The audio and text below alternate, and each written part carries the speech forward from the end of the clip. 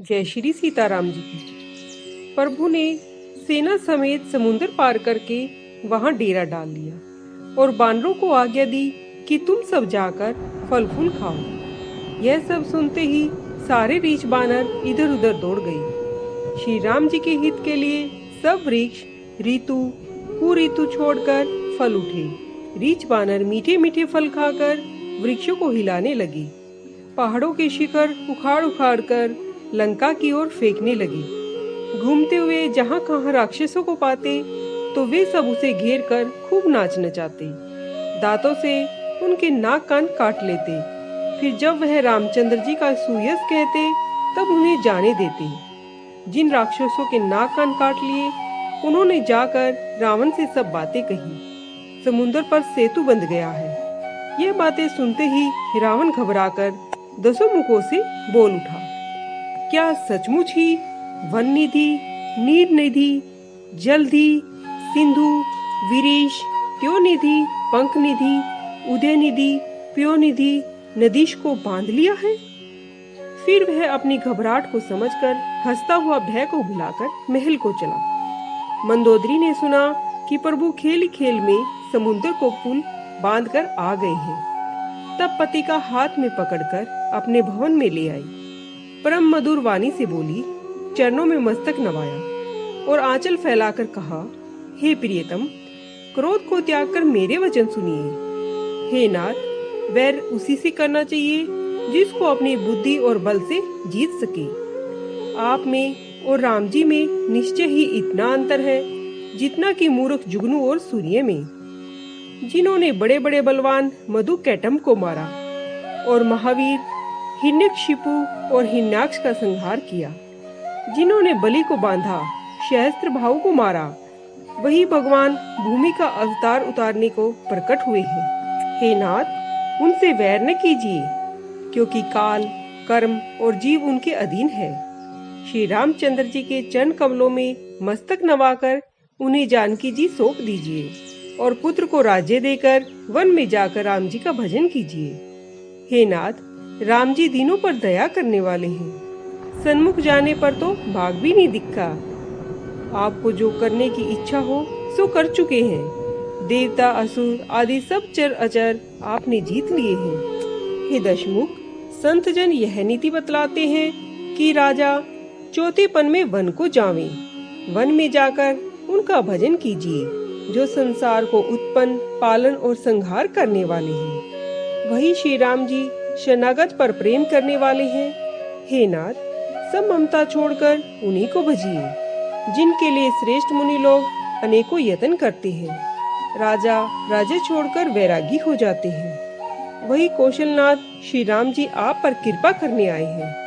हे प्रियतम, जो आप मेरी इस शिक्षा को मानो तो तीनों लोकों में आपका उत्तम यश फैल जाएगा। ऐसा कहकर आंखों में जल भरकर कांपते हुए शरीर से उसने चरण पकड़ लिए और बोली, हे नाथ, प्रभु का भजन कीजिए जिससे मेरा सुहाग अचल हो जाए। तब रावण ने मंदोदरी को उठाया और वह दुष्ट अपनी प्रभुता कहने लगा, हे प्रिय, सुनो, तुम व्यर्थ ही डर मान रही हो। संसार में मेरे समान योद्धा कौन है?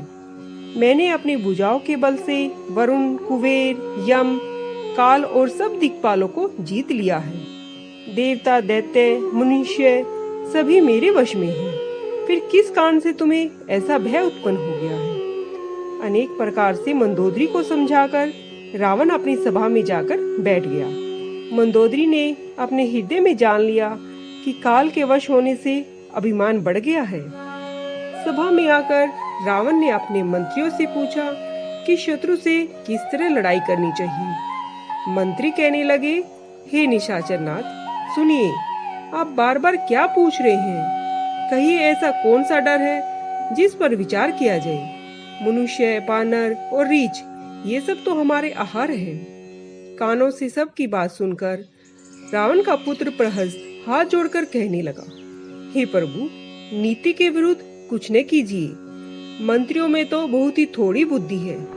एक मंत्री मुंह देखी बात कहते हैं। हे नाथ, इस भांति से पूरा नहीं पड़ेगा। समुद्र लागकर एक ही बानर आया था।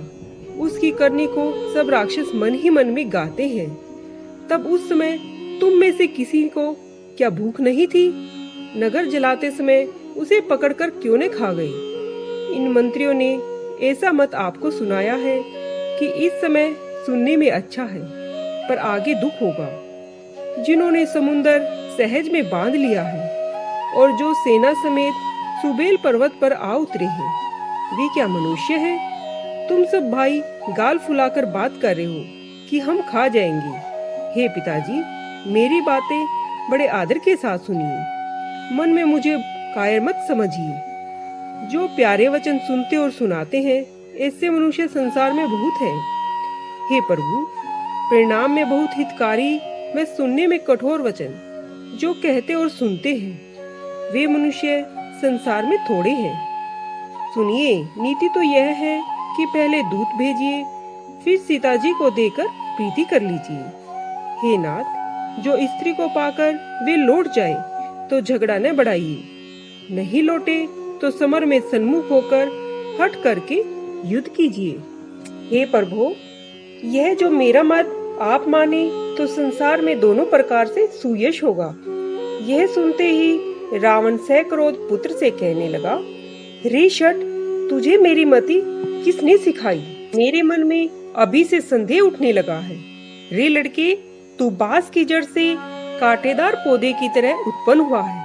पिता के ऐसे कड़े और तीखे वचन सुनकर प्रस्थ कठोर वचन कहता हुआ घर को चला गया। जय श्री सीताराम जी की।